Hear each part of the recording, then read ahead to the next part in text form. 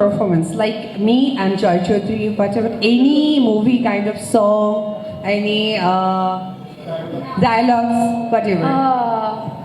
Actually, hello আসসালামু আলাইকুম guys, আপনারা এতক্ষণ ডলিউড কুইনের একটা ইন্টারভিউ দেখলেন। তিনি নতুন নতুন করে যে তারকা অর্থাৎ নতুন মুখের সন্ধানে একটা অনুষ্ঠান হয়েছিল, যেখানে অভিনয় করার জন্য নারী শিল্পী এবং পুরুষ শিল্পী বাছাই চলছিল। সেটার বিচারক ছিলেন অবিশ্বাস।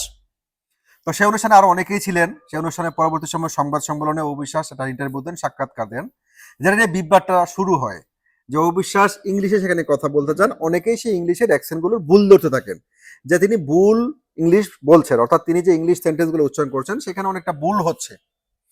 এখন ডালিউড কোনো অবিশ্বাস কোনো ইংলিশের লেকচারারও না, তিনি কোনো ইংলিশ ডিপার্টমেন্টের বা কোনো বিশ্ববিদ্যালয়ের ইংলিশের কোনো ডিপার্টমেন্টের অধ্যক্ষও না। এখন ডালিউড কুইন ঢাকা বিশ্ববিদ্যালয়ের উপাচার্যও না। তিনি একজন অভিনেত্রী, তার কাজ হচ্ছে অভিনয় করা। তিনি অভিনয়ের মাধ্যমে বাংলাদেশকে রিপ্রেজেন্ট করার চেষ্টা করেন, এটাই হচ্ছে তার মেন বেসিক কাজ। তো যারা অবিশ্বাসের এই সাক্ষাৎকারটাকে ভিন্ন খাতে ভিন্নভাবে উপস্থাপন করার চেষ্টা করছে, তারা সবাই হচ্ছে নোয়াখালীর বক্তবিন্দু। তো নোয়াখালী কি করে? সে ঢাকা বিশ্ববিদ্যালয় থেকে পড়াশোনা করে এসেছে।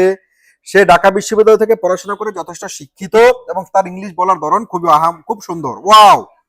এখন একটা শিক্ষিত মেয়ে যদি একটা অশিক্ষিত মেয়ে যে কাজটা করে সেটাই করে, তাহলে সেই শিক্ষার কি দরকারটা আছে? আর চলচ্চিত্রে বারবার একটা কথা বলি, ফিল্ম ইন্ডাস্ট্রিতে চলচ্চিত্রে শিক্ষাগত যোগ্যতার কোনো ভ্যালু নাই।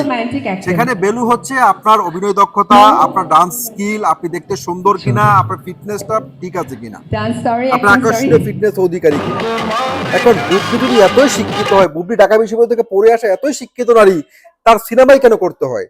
যেখানে অশিক্ষিত মানুষ যেখানে কাজ করে তার সেখানেই কেন যাইতে হলো? তার সেখানেই কেন কোমর দুলাইতে হচ্ছে? তার সেখানেই কেন যে শোনো আমি তোমাকে ভালোবাসি মিথ্যা ডায়লগ দিতে হচ্ছে, মিথ্যা সংলাপ বলতে হচ্ছে?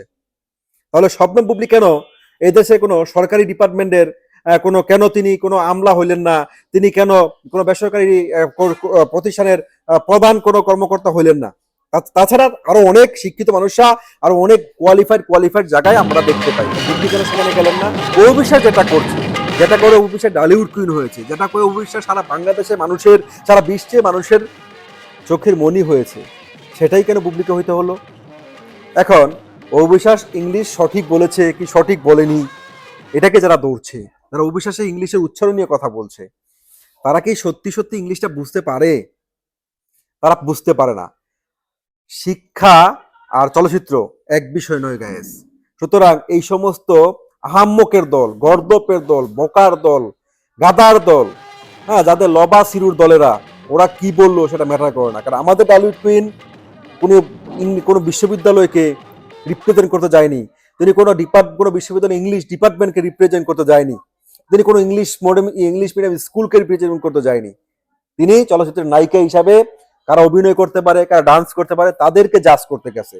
সুতরাং উনি ওনার বাচ্চা পড়াশোনার ক্ষেত্রে, দৈনন্দিন জীবনে চলাচলের ক্ষেত্রে যেটুকু ইংলিশ আমরা বলা প্রয়োজন, যেরকম স্পোকেন ইংলিশ আমরা বলে থাকি, তিনি সেটাই বলেছেন গায়ে। সুতরাং এই সমস্ত নিন্দুকেরা নোয়াখালী থেকে ষড়যন্ত্র হতেই থাকবে, তাতে আমাদের কিচ্ছু যায় আসে না। ভালো থাকবেন সবাই।